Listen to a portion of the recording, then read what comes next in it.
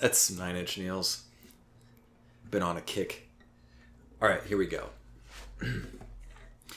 Can you hear it with your ears? Can you see it with your eyes? Can you feel it wiggling between your quivering thighs? That thing, that thing, that thing with James.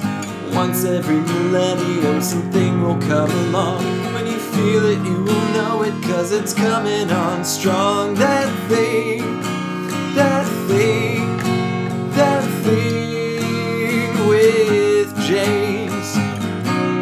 Sit back, relax, deep breaths, no stress. Let me come inside your mind. I promise you it won't take long, the change will happen soon. You'll feel something so special growing deep within you. That thing, that thing, that thing with James. That thing, that thing, that thing with James. That's me. Hi, welcome to episode 10 of That Thing with James J. Asher II. That's me! Man, I can't believe I've been doing this for 10 weeks already. 10 weeks? That's like, longer than a month. It doesn't even feel like it's been that long. Honestly, I feel like this could be my 3rd episode. Although I recently got, I finally got around to getting this podcast up in podcast audio form on podcast distribution apps and websites. Right now I'm on Stitcher, I'm on Google Play, I'm on TuneIn. I'm still waiting to hear back from Spotify. Spotify's a funky one to get on. So I'm waiting to hear back from Spotify, and I'm still waiting to hear back from Apple Music, iTunes. So yeah. So if you have Stitcher, TuneIn, or Google Play podcasts are on Google Play, I guess. You can listen to this show while you're, cleaning the house, stuck in traffic, masturbating, brushing your hair, brushing your friend's hair, picking your nose, picking your friend's, but not picking your friend's nose. So you can listen to it in the shower. You can listen to it while you're taking a dump. You can listen to it while you're cooking. You can listen to it while you're doing yard work. You can listen to it while you're listening to it. Listen to it twice. Play it at the same time. Add some distortion. Cut it up. Chop it up. Mix it up. Stretch it out. Add some flanger. Add some more reverb. Echo. Double track. Tune one down a half step. Play them at slightly different beats. See what happens. You might make some new kind of weird music out of this podcast. So, if you're into that sort of thing, I just gave you the ideas for free. You're welcome. But yeah, I finally got around. I was like, okay, James. It's almost episode 10, which it's a landmark for me, but I'm not going to treat this episode as any more or less precious than the other episodes. It's just another episode. And maybe it might be more precious because it's like, oh shit, you hit the 10 episode mark. And honestly, that's just kind of arbitrary. But it is weird to think that it's been 10 weeks already. And I feel good that I have this up in audio form finally. So if you're just now finding this, and if you're listening to this, I've got all the episodes up. But for the first 9 episodes of this podcast, when the episodes came out, it was only on YouTube. So if you're listening, I have a YouTube channel. Just search for the name. Go to YouTube and search for the name of this show. That Thing with James J. Asher II. That's me. Named after my grandpappy, whom I never met. He would be in his hundreds by now. Maybe even 100 teens. I think he was born in 1897.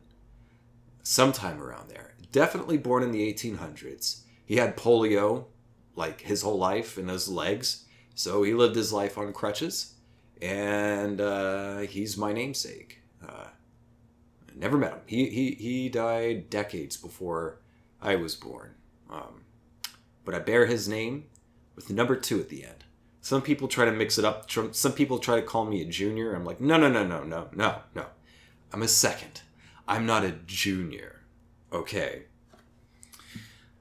Anyway, what are we gonna do today?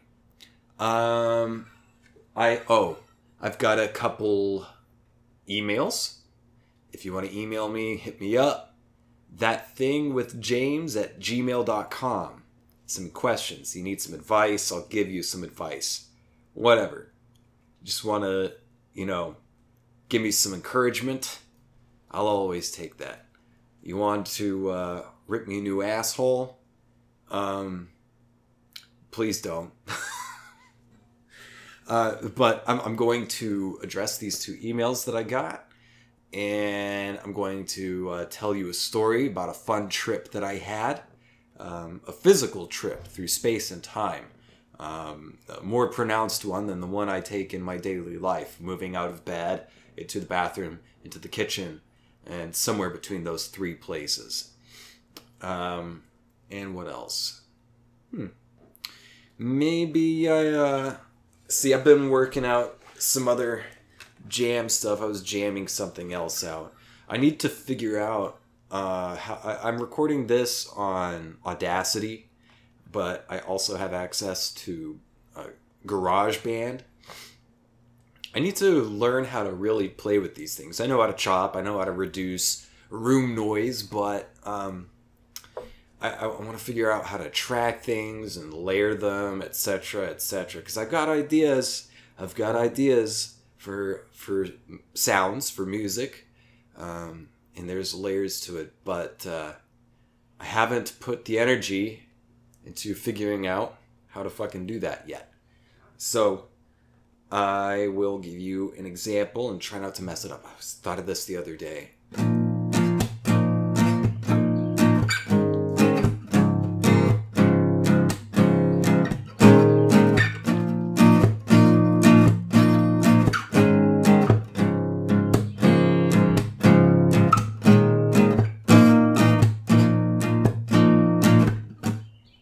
So there's that. And then there's another part that goes like this. On top of that.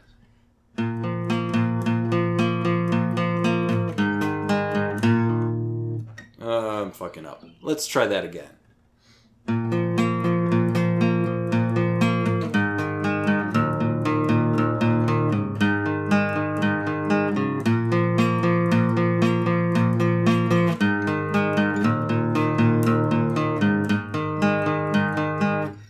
Okay, so let's add them together.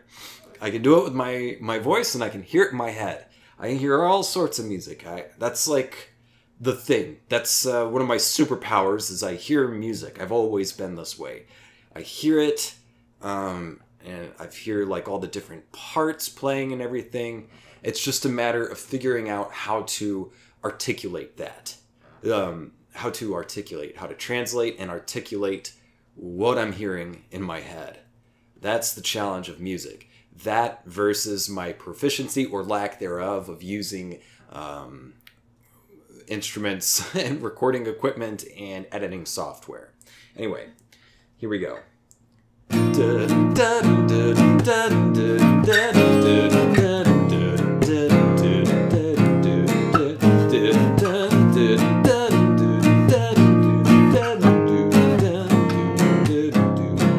So there's that, and then there's this part that I like, that I thought in to add in to the whole mix. It goes like.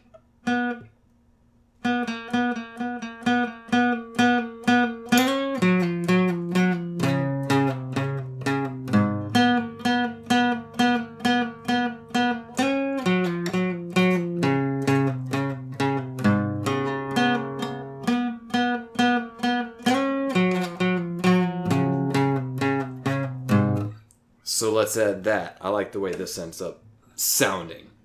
Okay.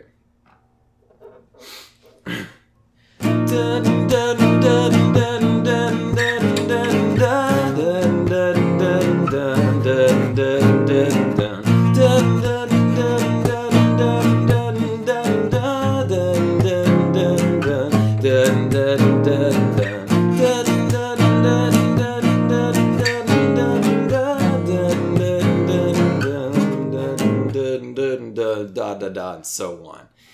I can hear it. Just got to add it all in together. I got to figure out how to do that. So there you go. Super interesting, right? Let's move on to these emails. I want to address them up front for no other reason than just because I feel like it. That's this whole fucking show. That's this whole show. Just whatever I feel like. Whatever I feel like. Today, I feel kind of like crap. We've had, last night, a cold front moved in, and we have, like, some pretty, noticeable changes in the air pressure. My ears were popping all last night, they're popping today, and I just feel kind of drained. So, I'm trying to bring some energy to this show. Hopefully it's working. Okay, cool. So here are the emails that I got. Allow me a moment. I'm pulling the emails up. Okay, here we go. So the first email is from my first troll. I have my first troll now, which is great. I think it means you're doing something right. If you have someone trolling you, I guess you're doing something right. In this case, the troll happens to be my mother. This email is from her. She writes, "Your mom sounds great, but what's up with liking Hall & Oates? Who's next? Kenny G? Will she still love you after this?" Well, Ma, the thing with Hall & Oates, with liking Hall & Oates, is I don't know if I like Hall & Oates. I know that I like that song, Can't Go For That, by Hall & Oates. That song's a straight up jam. It's got layers. I like layers. It has layers. It uses space, especially when you're listening to it on headphones. So yeah. I like that song, Can't Go For That. I don't know. Did Hall & Oates make that song Rich Girl? Because I don't like that. I don't like that song. So I can't say that I like Hall & Oates. It's just that I like that one song. I can go for Can't Go For That.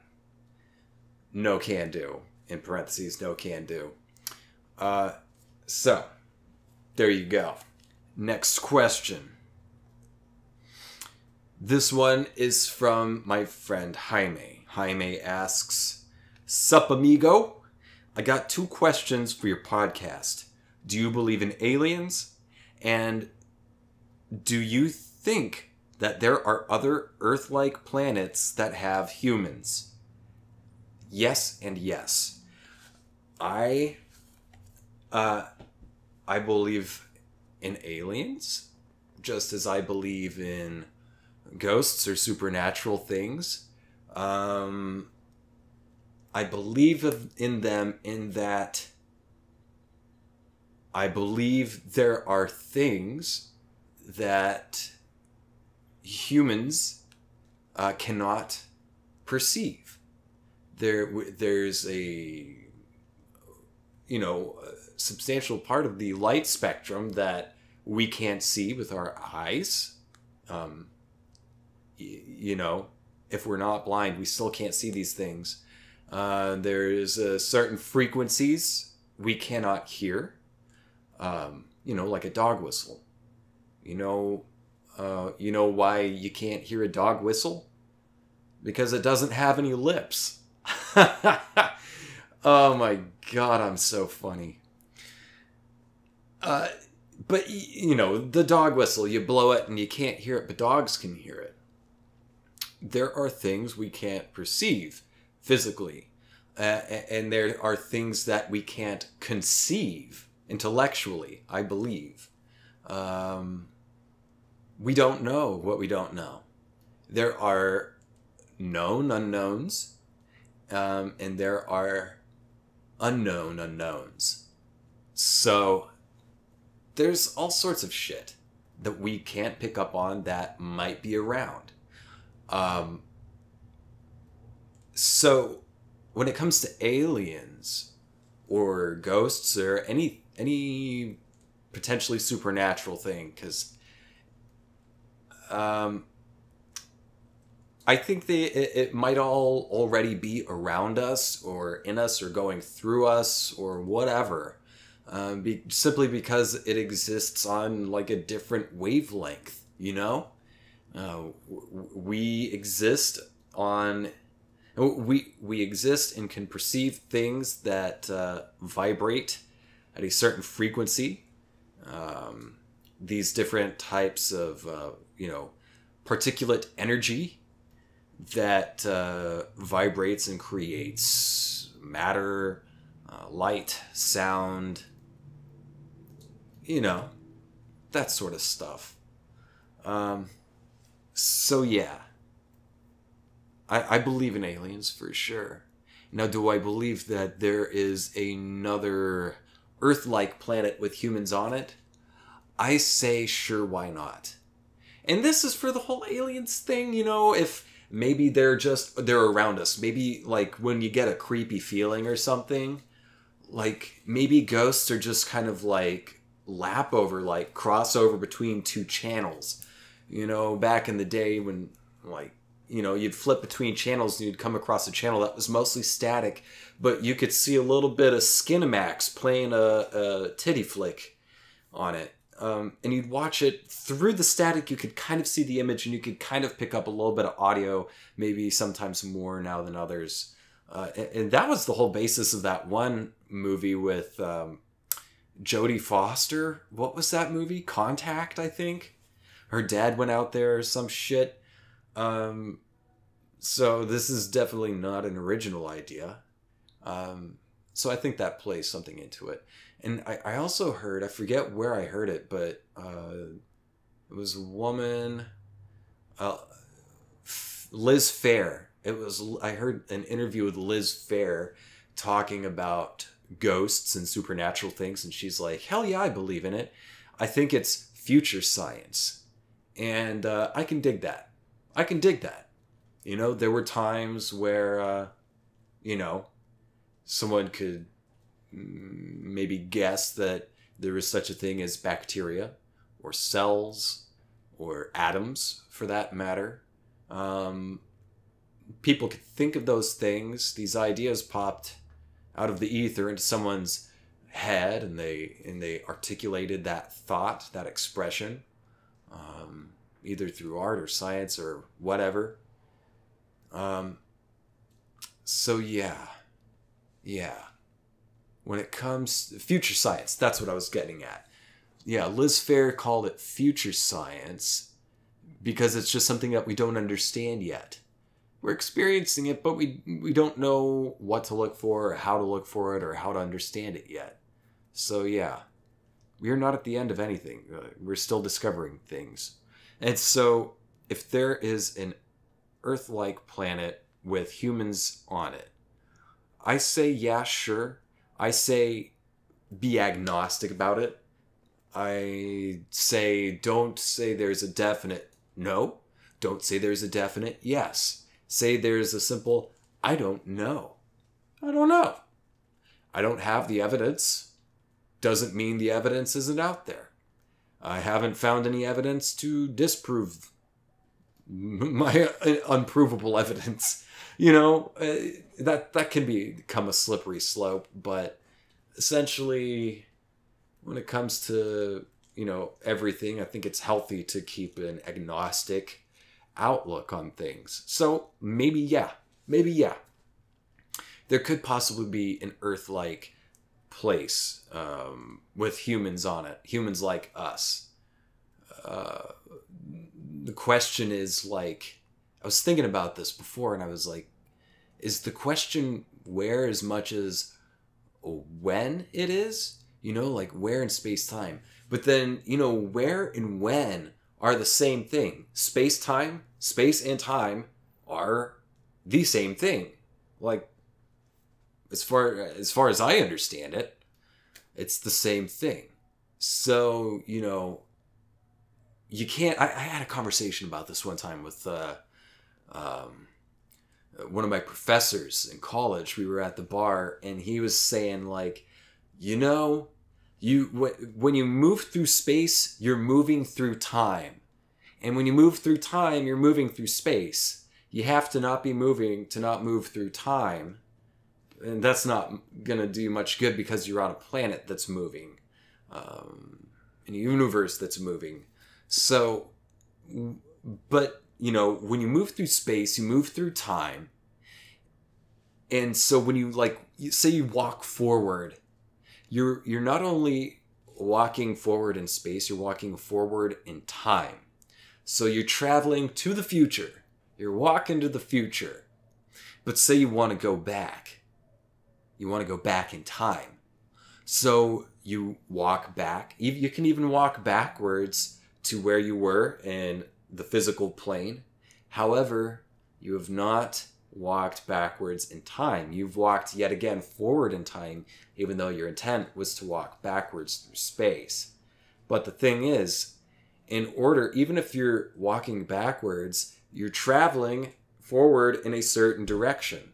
It would be a complete absurdity to travel backwards, forwards.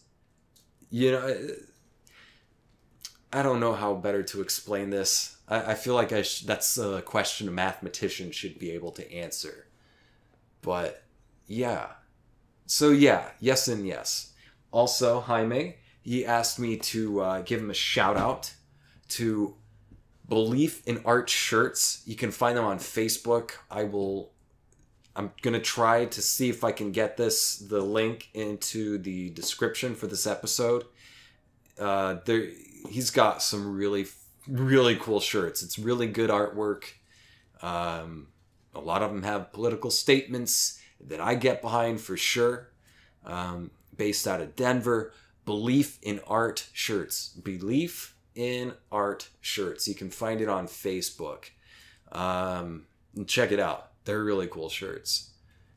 And I just really dig the internet, you know? Like, I dig that it's easier to get in touch with people, and it's easier to distribute a product these days, whatever it might be. An artistic product, anything you create. It's easier to get in touch with people who are interested in it. And as a consumer, it's easier to find the thing that you're interested in these days. It's easier now than it ever was. You don't have to rely on quite so many middlemen so often. You don't have to wait, because you don't know about a distributor or something. You don't have to wait for a third party to gather these things and set it up in a big shop and say, hey, do you like any of this shit? And then you go in there, you might find something you like, but chances are, most likely, you might not find anything you like. Or you might walk into a shop that's got everything you like, and you want to get it all. So yeah, I'm done with that for now. I want to get into the story, but I'm going to take a short break. I'll be right back. So, since I always forget to say this, well, I don't always forget to say it, but it's kind of hard for me to remember to say this in the middle of my episodes, so I'm saying it now. If you have questions, comments, suggestions, or if you need advice, I've got answers for you. You can email me at thatthingwithjames@gmail.com. I'm good at giving advice. It's not always good advice, but I'm good at talking. thatthingwithjames@gmail.com. Also, if you got some extra change lying around, please pay a visit to my Patreon account. I I have a link in my description usually, and it's patreon.com/thatthingwithjames. Patreon.com/thatthingwithjames.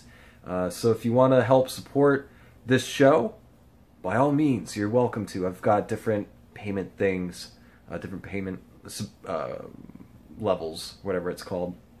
Also, if you're watching this on YouTube, please be sure to like and subscribe to my channel, and tell your friends about the show.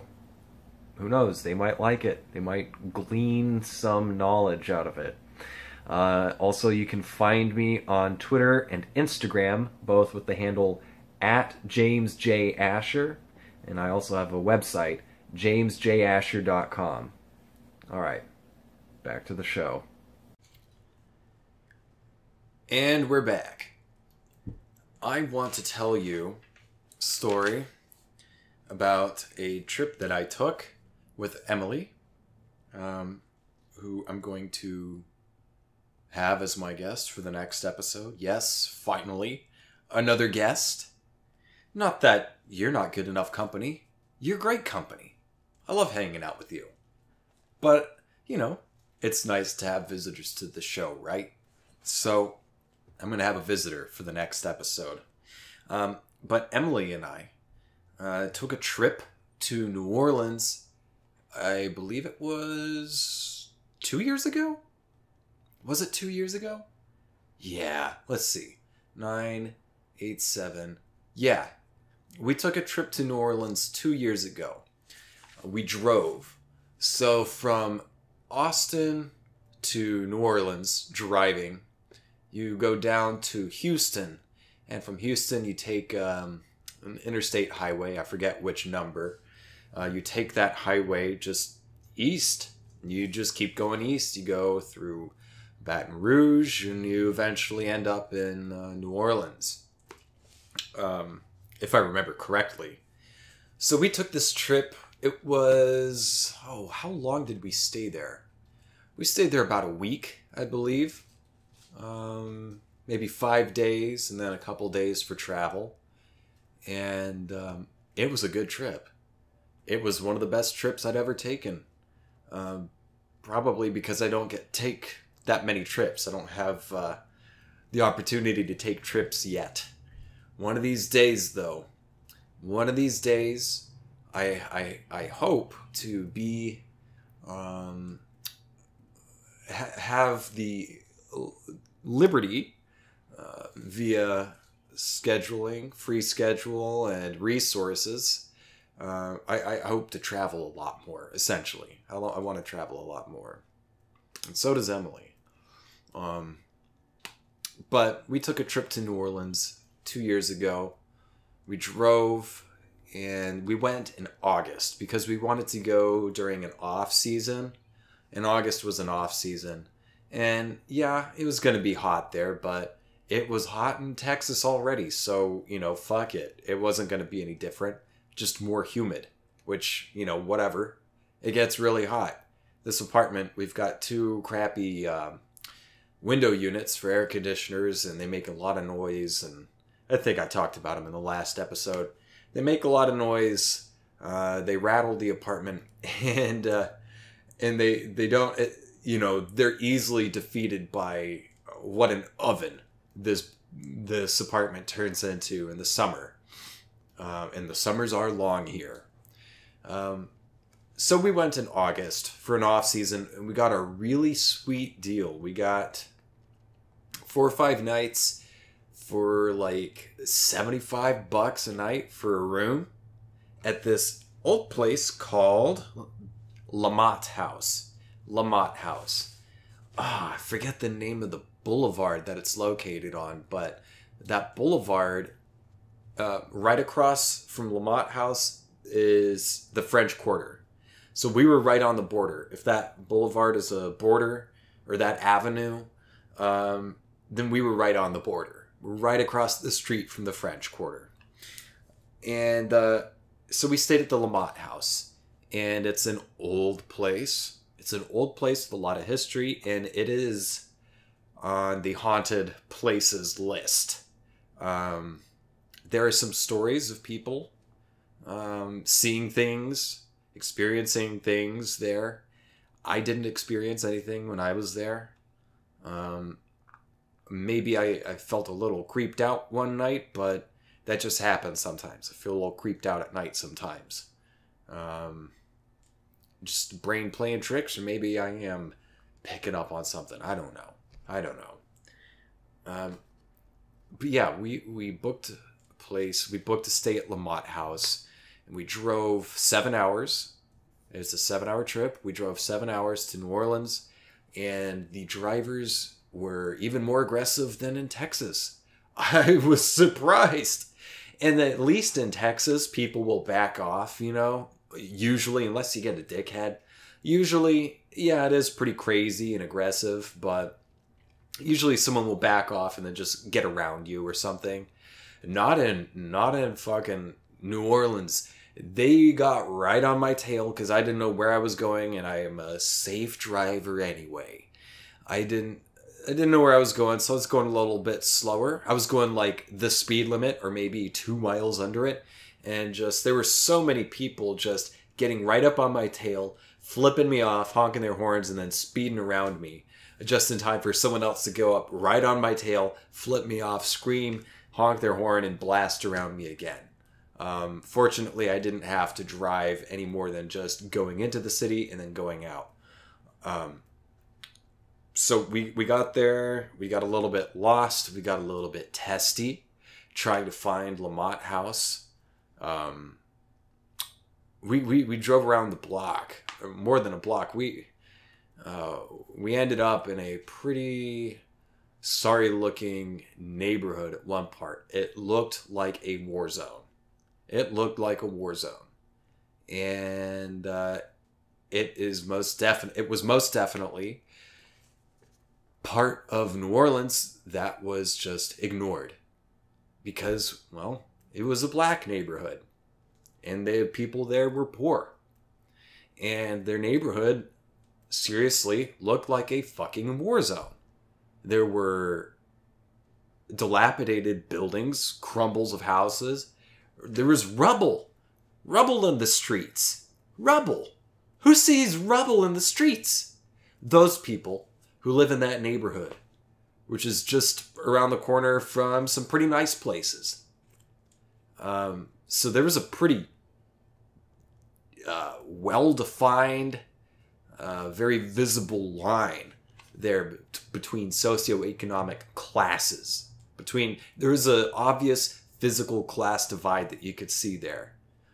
So that's one thing.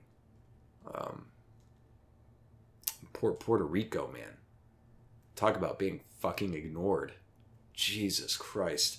It's disgusting what this administration has done and what it has not done. Anyway, this is not a politics show. There's enough of that shit around everywhere else. This show's about hanging out and telling stories and having a good time, right? Right. So, New Orleans, Lamont House.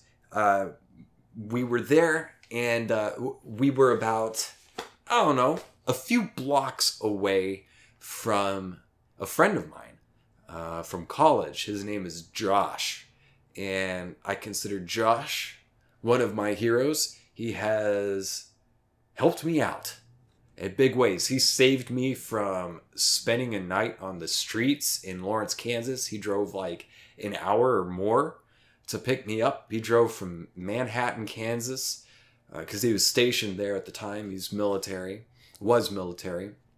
He was stationed in Manhattan, Kansas, and he saw that I was going to be spending a cold night on a bench in Lawrence, Kansas. A cold 24 hours without anywhere to be, without anywhere to stay. So he drove and picked me up. He just saw I put something out on social media saying, like, please, for the love of God, if anybody knows anybody in the Lawrence, Kansas area, if there are any friends in college, just let me know. Here's my number. I'm desperate for a place to crash because the last time I went through Lawrence, I didn't have a place to hang out. luckily there was a 24-hour cereal bar there downtown, a few blocks away from the train station I was going to. And this was all part of another trip, a trip I took to Chicago. That's a long story. I'll tell another time, maybe.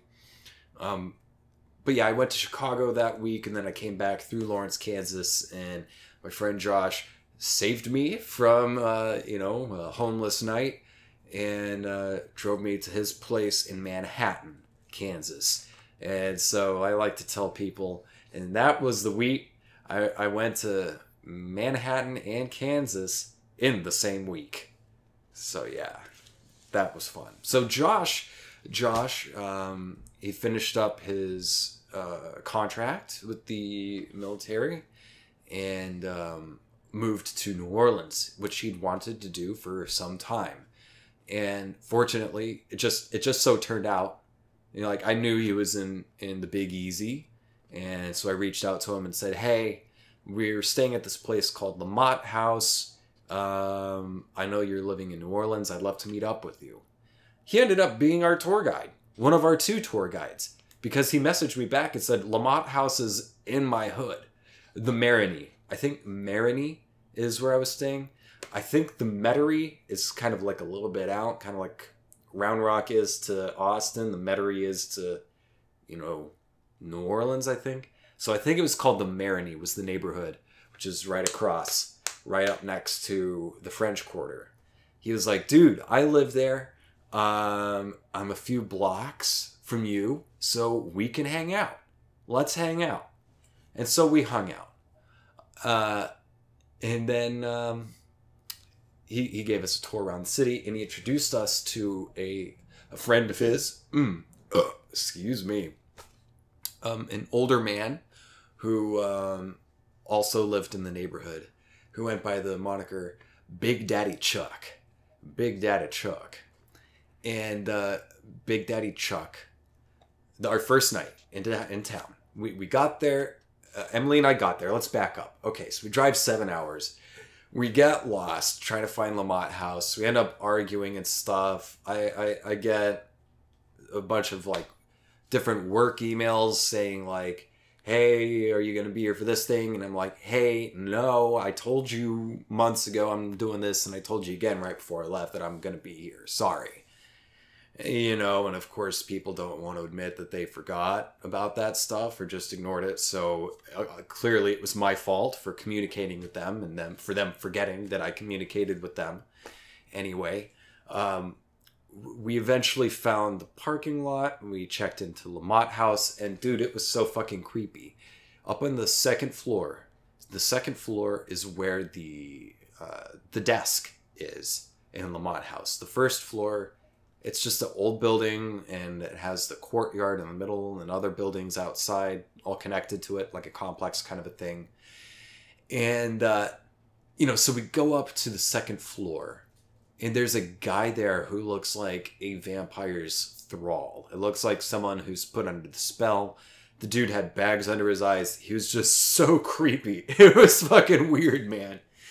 And it was starting to get dark outside and settled, and we were just like really you just step out of your car into New Orleans, and you're soaking in the vibe there, and it's definitely got its own vibe.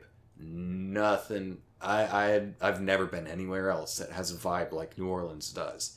It's definitely got a vibe to it, and it's cool, but also kind of edgy. It's kind of it's a weird vibe. It's a swamp vibe. It's kind of creepy. And that host, or whatever, that concierge or whatever, sitting at the desk, he was creepy. He was just pale. He had bags under his eyes. It looked like he was in his early 60s, maybe. Could have been in his 50s. Couldn't tell. He looked like shit. He looked like he hadn't slept in forever. And it was just like, he looked like he could check you into the Addams Family house. The Addams Family mansion, rather. Just, "Hey, can I help you?" "Yes." And he would look down at us. He'd cock his head down and kind of like look up with the brow arching just from the angle of his face, and he'd get a little grin, like he knew something. He knew some dark secret that we did not. And Emily and I suspected that that secret may have lived in the door that was next to the desk. It was a metal door with a little one-way window on it. So the mirror, the reflective part of the window, of course, is facing into where we are. But there's a metal door with a one-way window, one-way mirror. And we wondered what the hell was behind that door. Why is the door so heavy metal? Which is completely, what's the word I'm looking for? It didn't fit. It didn't fit with the aesthetic of the rest of the building, which is like older and just kind of, Southern Gothic, like that whole city. What was in there? We suspected there may have been a vampire in there. Because that dude definitely looked like he was, if we were to cast someone to be a vampire's thrall, that guy would have been it. He would have been it. And the vampire would have lived behind that metal door. What was behind it? We never found out. But it was seriously like, there's some weird shit. And it didn't necessarily, it didn't feel. It was weird, but it didn't feel, it felt like a supernatural kind of a weird. It didn't feel like, oh shit, human trafficking. It felt like something other. It felt like other. That's what it felt like. So yeah, we check in, and we meet up with Josh and Big Daddy Chuck. We meet up with them like halfway, and we walk to a restaurant for dinner called Coop's Place. Coop's Place. And was that on Decatur Street, maybe? Something. You can look it up. Coop's Place. And I think their signature dish is called chicken chapachulas. It was so fucking good. And I got a couple of beers, and no one had any qualms with me finishing that beer out on the street, finishing it out on the sidewalk. I really liked that aspect. It was liberating. It was liberating to be able to just have a beer on the street, walk around, take it easy, the big easy. And you could walk into any store, even driving there. We stopped in this fucking grease spot, Slidell. We stopped in Slidell, Louisiana, and I'd heard about it before. I think I know somebody who knows somebody who's from Slidell. I think the town's called Slidell. I might be confusing it with somewhere else, but I'm just gonna say it was Slidell. Sorry if you live there. But it was wherever we stopped. I don't know what the rest of the town looks like, but where we stopped, like on the side of the highway, talk about a fucking grease stain on the asphalt. That place was a grease stain in commercial form. We stopped for lunch at a Wendy's, and the fucking ceiling had water stains all over it, and some parts were dripping. There were some buckets set out. Dripping ceiling tiles, asbestos ceiling tiles. The design had not been updated. You know how every now and then fast food restaurants just kind of redo their physical design. This place was a older generation design of Wendy's. It had been forgotten about in all but, square patties. They still got square patties, but for most of the part, they were just kind of set off to the side. They're working in the basement, the Slidell Wendy's. So we get there, it's empty, except for like 2 workers. And we order our food, we get our food, we take our food to a table. A couple of construction workers walk in, they're ordering, they get their stuff, they sit down waiting for their order. We start eating, Emily and I. And while I eat, I just get the loudest farts on a plastic seat. So it amplified, it echoed, it became an auditorium. That seat was an auditorium for my ass horn. And it echoed throughout that empty, drippy Wendy's. And the guys, Emily looked down, man, and she couldn't she was just so embarrassed, and I just started snickering like, oh, guffaw. That hurt my throat. Ow. Anyway, yeah, the guys looked, I didn't look, but Emily said the construction workers are looking. And I looked, and they kind of looked away quickly, and I was like, whatever. I farted a few more times, and all times were amplified by the auditorium of that seat. And every time I could hear the guys having a low conversation, and then just every time I went, they went quiet. So I passed gas. Embarrassed the shit out of Emily. We got in the car. I needed to gas up, so I go and stop at some gas station that I saw just adjacent on the side road. And I get out, and this place is just fucking gross. It's a fucking nasty... It has literal grease spots, and it is a grease spot. It just looked like fucking greasy trash. It looked like a dumpster in gas station form. A shitty dumpster in gas station form. A shitty city in the shitty part of town dumpster in gas station form. And, I go in there, and it's all shitty inside and dark. But there was liquor bottles. All behind. Behind the counter, there were cigarettes and other things and liquor bottles. A lot of liquor bottles. And a lot of different kind of liquor bottles. Whole lot of Jack Daniels, Black Label.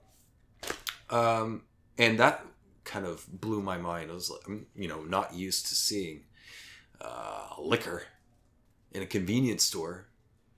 So yeah, it was no different in New Orleans. What time are we at? Okay. It was no different in New Orleans in that you could get liquor in any store. You could just walk into a convenience store and get a full bottle of liquor. And you could even go into a place called Verdi Mart and get whatever beers you wanted and make your own six-pack. Like, this is a pretty well-known convenience store in the French Quarter, Verdi Mart, Verti, and you can get everything there. They make sandwiches there, and they're so good. And huge sandwiches for pretty cheap. Not like $3, but for what you got and for the ingredients that went into it and the way it's cooked fresh right there and you can't get it anywhere else, it's fucking cheap to pay $7 for like a 2 or 3 meal sandwich that's just, dripping and fucking stuffed full with all sorts of shit. All sorts of great shit. Creole shrimp with some ham, cheese, yada, yada, yada, whatever else. You can get whatever you want. They've got a menu. You can look it up online. You can find a menu online for Verdi Mart. But they also had beers while you waited. They had, coolers or, the refrigerators with the glass doors so you can look in. And they've got all sorts of beers and six-packs, or just sitting around. And you can just take one. You don't have to buy the whole six-pack. You don't have to buy one of a kind of a whole thing. You can make your own six-pack of any different 6 beers they had there. And they had your average beers, they had microbrew beers, all sorts of different beers. You could just go in, get a beer, pay for it, of course, and just take it outside and drink it while you're walking around, walking through the quarter. But be careful when you're in the quarter, because you might run into some supernatural shit, which I'm going to get to after this break. Things get interesting in the French Quarter after the sun has disappeared. Things get interesting there. If you have been to New Orleans you probably know what I'm talking about. If you've been to New Orleans and you have a certain sensitivity, if you you still have your innate ability to be affected by things, and if you have that, and if you've been to New Orleans, to the French Quarter at night, you know what I'm talking about.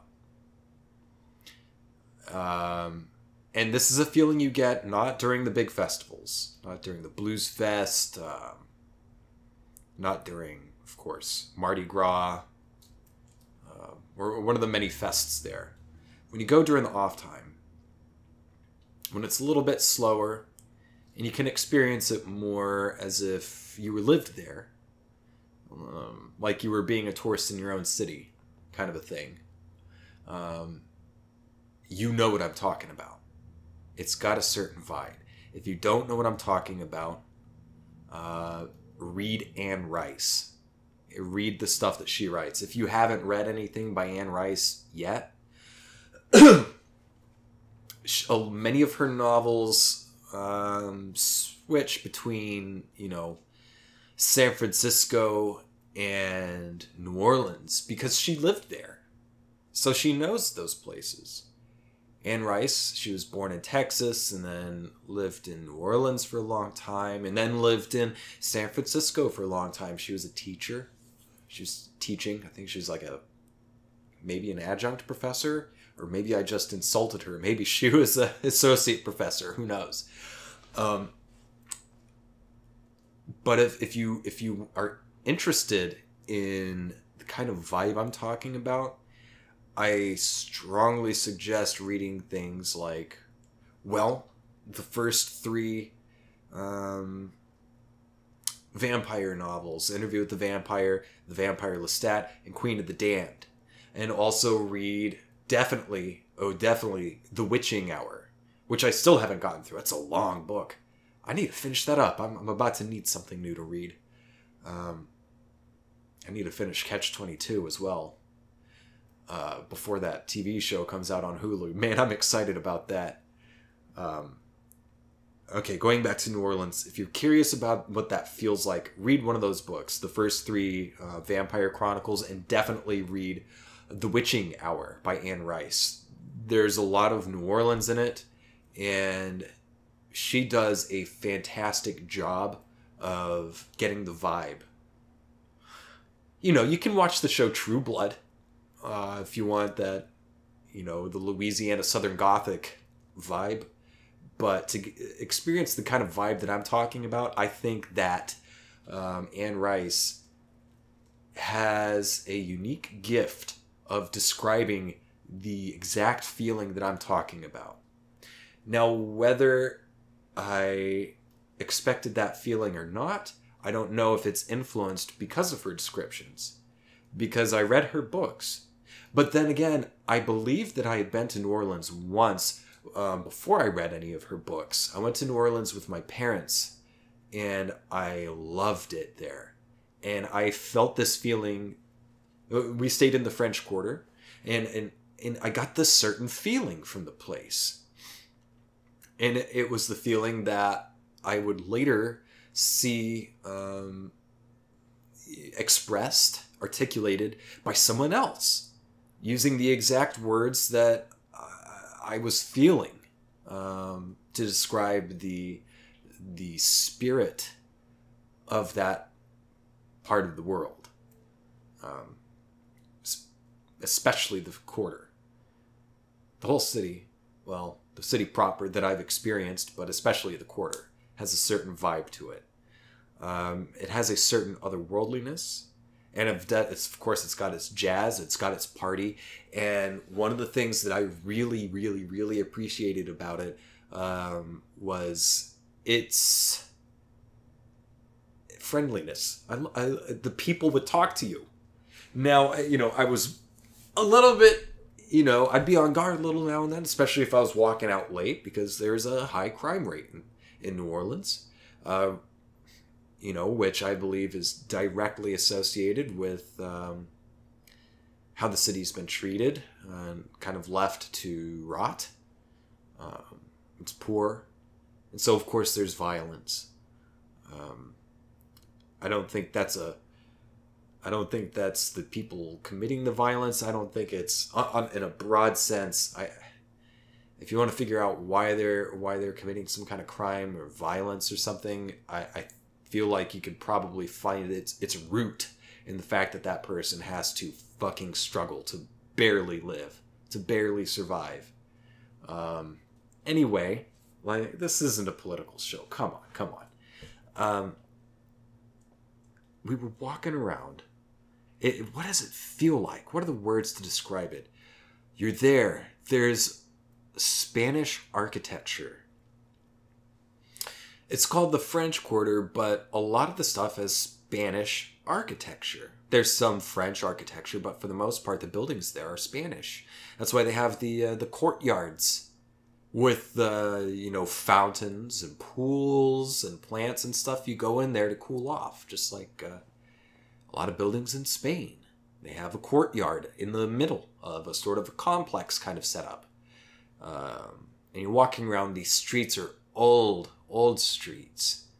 And you're walking around and it's nighttime and you feel like you could be in Europe or something. It does not feel like you're in the United States. You are in another world there. You are in another dimension. It feels like that. And the people there are willing to talk to you. As a matter of fact, if you're got your guard up and everything, they'll talk to you. Especially if you don't look like a tourist, which Emily and I are big into. Don't look like... First rule of being a tourist is don't look or act like a tourist. Because when you look like a tourist and you act like a tourist, you're probably a fucking tourist. And you probably have money. So your chances of getting fucked over are a little more likely if you look and act like a tourist. So first rule of being a tourist is don't look like a tourist. Okay. So we were blending in there, but I'm sure it was pretty fucking obvious still that we were tourists because there's constantly tourists there because it's a cool place and it's very historical, which is another thing I really dig about it. So much history in that city. And when you're walking through those streets at night, it has a certain edge to it. It's got a beauty to it. It's old. And it also has feels like it's got a little bit of a danger to it. Like you're not sure entirely what could happen. But then there's also just like a loose vibe and it's warm. And usually people, even at night, will just say, "Hey, how you doing?" They'll look at you and wave and shit. There's one time I thought some dude was like going to try to fucking ask me for some money or something. Because I was walking to a corner store at like, 2 in the morning, 3 in the morning. Woke up early. I was thirsty. A little bit hungry. Walked down there. I'm walking under these trees. And it's just muggy. Heavy air. And dark. And quiet. And there's some dude walking either in front of... No, he was walking in front of me. And I was trying to keep back. And he heard me walking. And he just turned around. He was about my age. Just turned around and looked. He's like, "Hey, man." And I was like, "Hey." Trying to keep to myself. I'm like, "I don't have the fucking money for you. I'm sorry." I didn't want to have to get in that conversation. And he kept saying, "Hey, hey." And I go, "Hey." And finally said, "Hey, are you having a good night, man?" And I said, "Yeah, I'm having a pretty good night." And he said, "Good. Me too. You keep having a good night." And then just walked on. So, people there, they will look at you. And they will talk to you. They will acknowledge you. And I like that. I like it a lot. Especially in a city. In Austin, it felt so fucking weird when we came back. Because I was just saying hi to people and waving and just being present and open, forthright, and connecting with other people. And I'm in my neighborhood, and people are fucking cold shoulder. They were scared to look at me, scared to say hi. It just felt extremely alienating. And this city often can feel alienating. New Orleans, however, did not in any way feel alienating. New Orleans felt like it welcomed aliens. And that's not entirely surprising given the history of the place. Unfortunately, it was a major slave port, but it was a major port. So a lot of different people moved there, which leads me to another thing. So Emily and I check into Lamont House. We go to Coop's place with Big Daddy Chuck and my old friend Josh. Now, Big Daddy Chuck, I don't remember his age, but he was an older man. He was an old queen, as a matter of fact. And he had such a big, beautiful baritone voice and a certain kind of accent. See, Big Daddy Chuck was born and raised in New Orleans. And so he had the accent. And honestly, every now and then, I would think that he had a New York accent. And I was like, why does this sound so close? So I asked Emily about it, saying like, hey, I think Big Daddy's got a kind of a...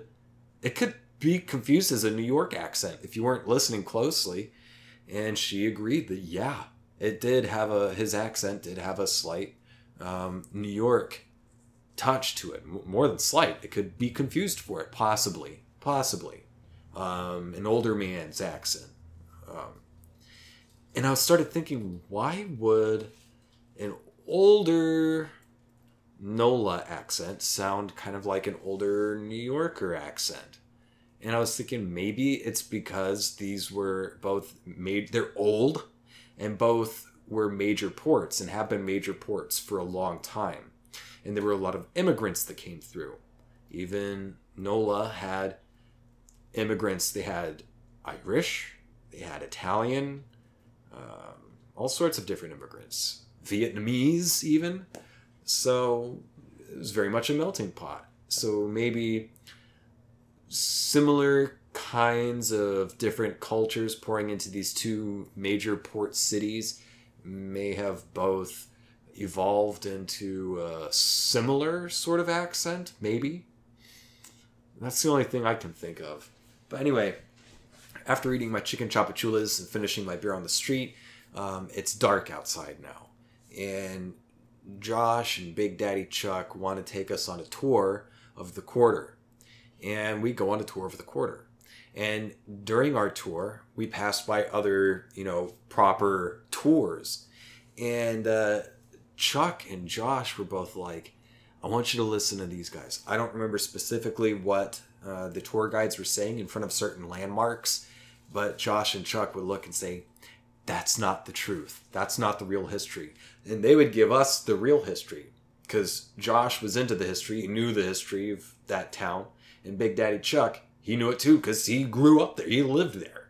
And so they told us the real history of the town, of the quarter, and just took us around on a tour, and we got to Jackson Square.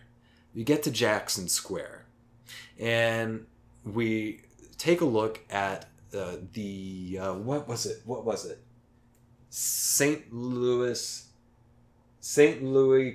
Cathedral. St. Louis? I'm going to call it the St. Louis Cathedral. Make it really American. We stopped at the St. Louis Cathedral, and it is beautiful. And of course, Jackson Square is beautiful.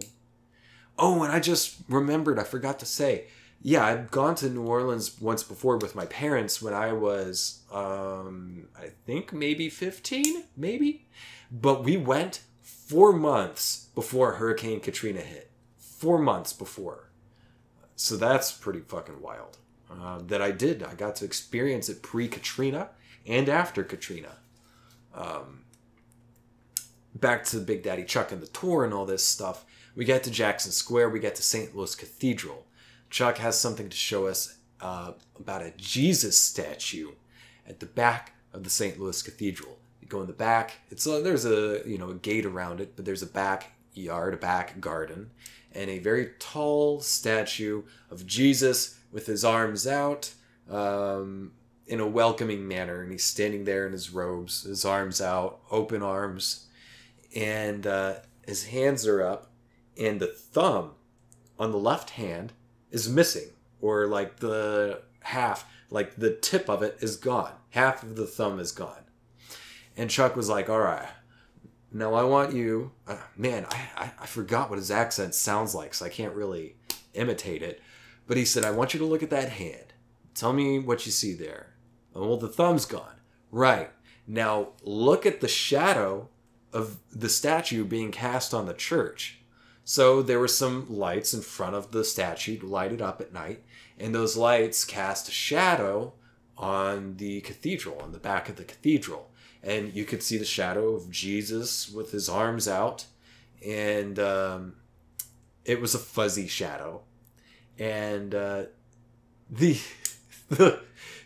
well, Chuck was like, now look at the hand on the shadow. Tell me what you see. And I'm like, it's the hand of the shadow.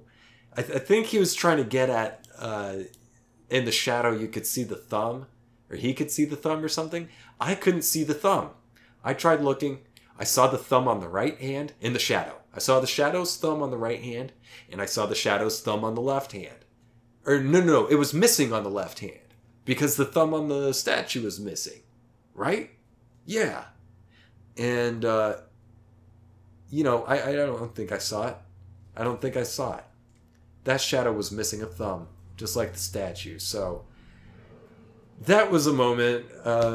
But we got to look at the cathedral, and then we turn around and start walking another direction. And there's some open space before we get to like a bar or a restaurant the other side of the square. And right next to it, coming out of a sort of alleyway, out of the shadows, was what I can only describe as a demon. A demon. So really, it was a person in one of the scariest costumes I had ever seen in my life. In the middle of August. It's like a fucking Thursday. Like a Tuesday or a Thursday. It's a weekday. It's not none of the... It's just a nothing weeknight.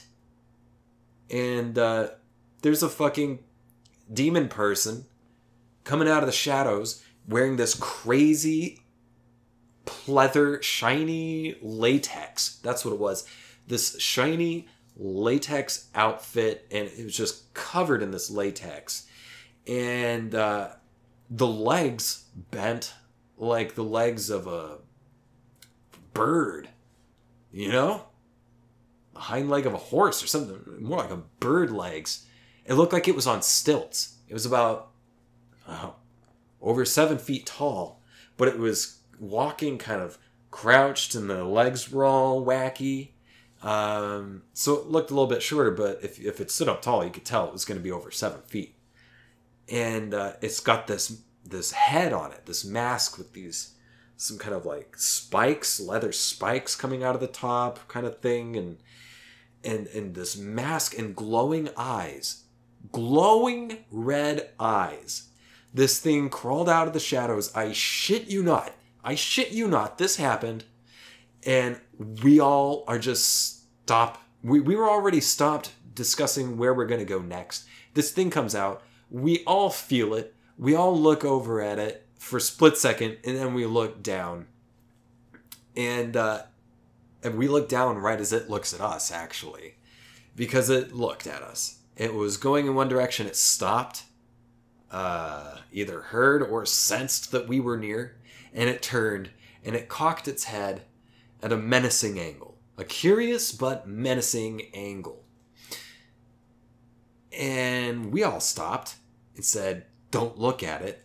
Of course, Emily looked right at it. It cocked its head the other way again and charged at us. And we all took off like Scooby-Doo and the gang.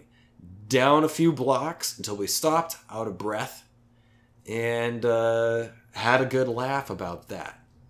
So that happened.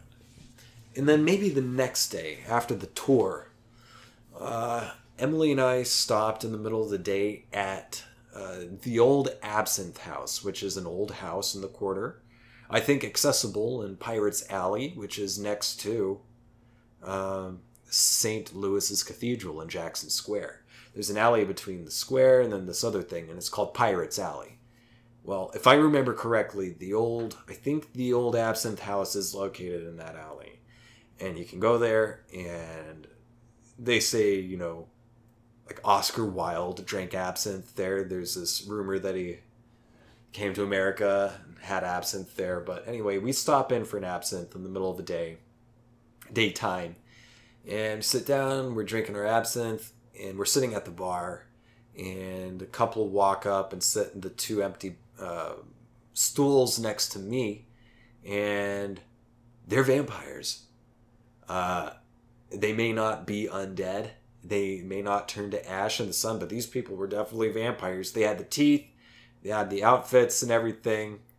They were just vampires. In the middle of the day, sitting on an off season, sitting in the old Absinthe House, drinking an absinthe, discussing just mundane, day-to-day, hi, how you doing stuff.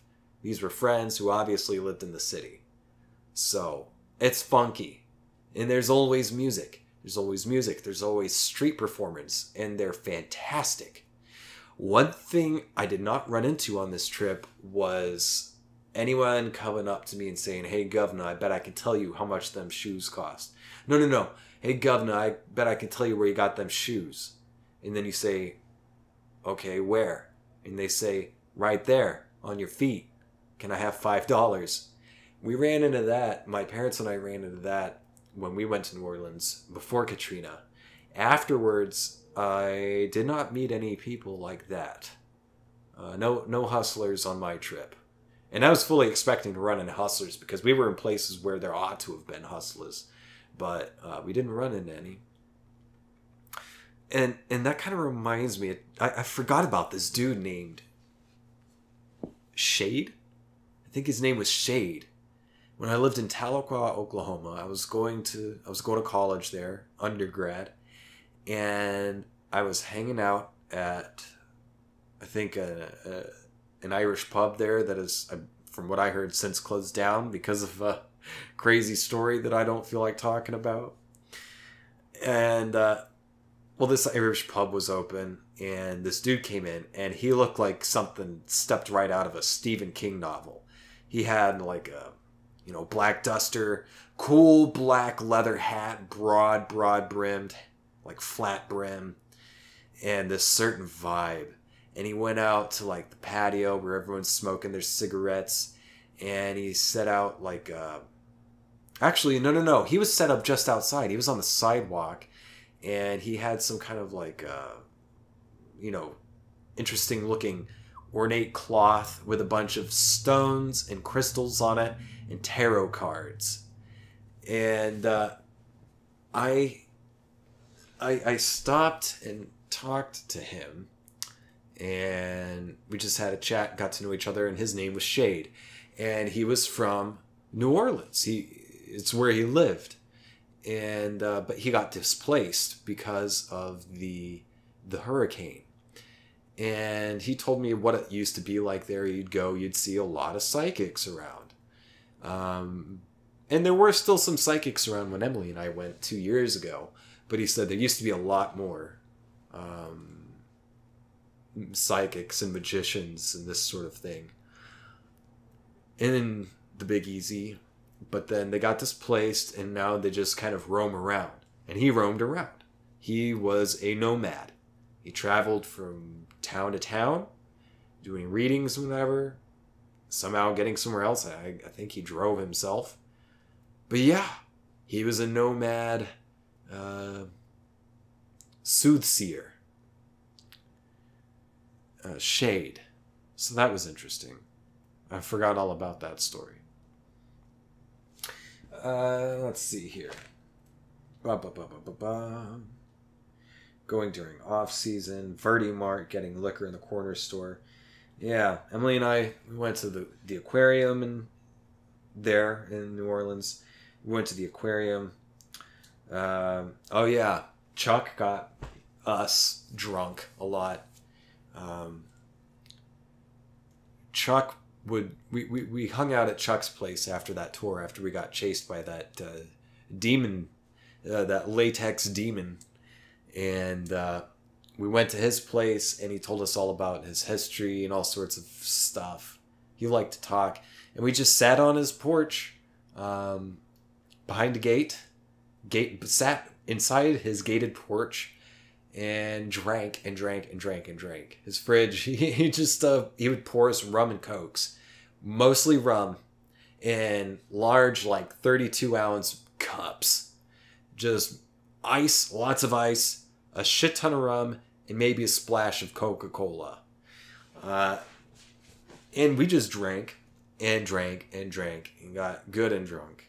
And Chuck told us about what he had gone through in the 80s, the 70s and the 80s, because he was part of the...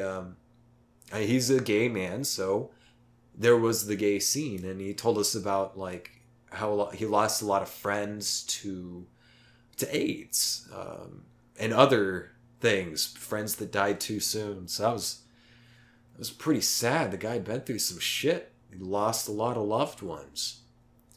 I don't remember all the stories, but it's crazy. It's crazy to think that AIDS used to be demonized like it was. It's just insane to me. But yeah, we got good and drunk. Chuck always made sure we were good and drunk. And we hung out every few nights. Or not every few nights, like almost every night. I think there was one night where Emily and I just had to ourselves, but most other nights we hung out with Josh and or Chuck. One day Josh had to finish up, like, I don't know, something he was working on, and he met up with us later at some place that was not the Acme Oyster House. It was, I think the place starts with an F, it's like Freddy's or something. We stopped and had oysters. He met up with us at this restaurant, and Emily and I beforehand had been on Canal Street, meeting up with Chuck, where he got us good and drunk again, and like I drank just straight. He had me taste just straight whiskey. It was like oak infused whiskey or something. I got totally loaded. And we walked by the Ignatius Riley statue on Canal Street. Ignatius Riley is the main character in a book that my previous guest, Max, talked about in this book called A Confederacy of Dunces. And if you want to read a really funny book, I mean, that book is like legit funny. It's like a funny movie, kind of funny. It's not like any other kind of funny book you've ever read. It's nuts. It's wacky. The characters are wacky. And it's a great read. And it's set in New Orleans. It was written by a dude who lived there, who grew up there. And so the main character's name is Ignatius Riley. And there's a bronze statue of him under an old Woolworth, H.G. Woolworths or something like that, kind of just department store, which is where the story begins in the book, on Canal Street at that department store. Yeah, there's a statue of him there. We're walking around, passed by that. I'm just 3 sheets to the wind. We stop in, meet up with Josh, and what do I eat? My dumbass, I just eat oysters, just like 6 raw oysters on a stomach full of almost nothing but whiskey. And that was not a fun walk. It was an interesting walk. The world kept tilting a little bit as we walked through the quarter, but eventually I sobered up. We all sobered up and drove home, and I miss it. I miss New Orleans. I want to go back. Part of me would love to live there. And part of me keeps me here because I don't know that how that would. I think I might have to like totally rethink what my career is if I were to move somewhere like New Orleans, because they have different opportunities and From what I understand, not a lot of the ones that I was necessarily looking for, but I really like it there. I felt happy there. But of course, it was just a tour. It was just 1 week. So who knows if I moved there, if I would still love it. Who knows? Anyway, that's all I got. Alright. Peace.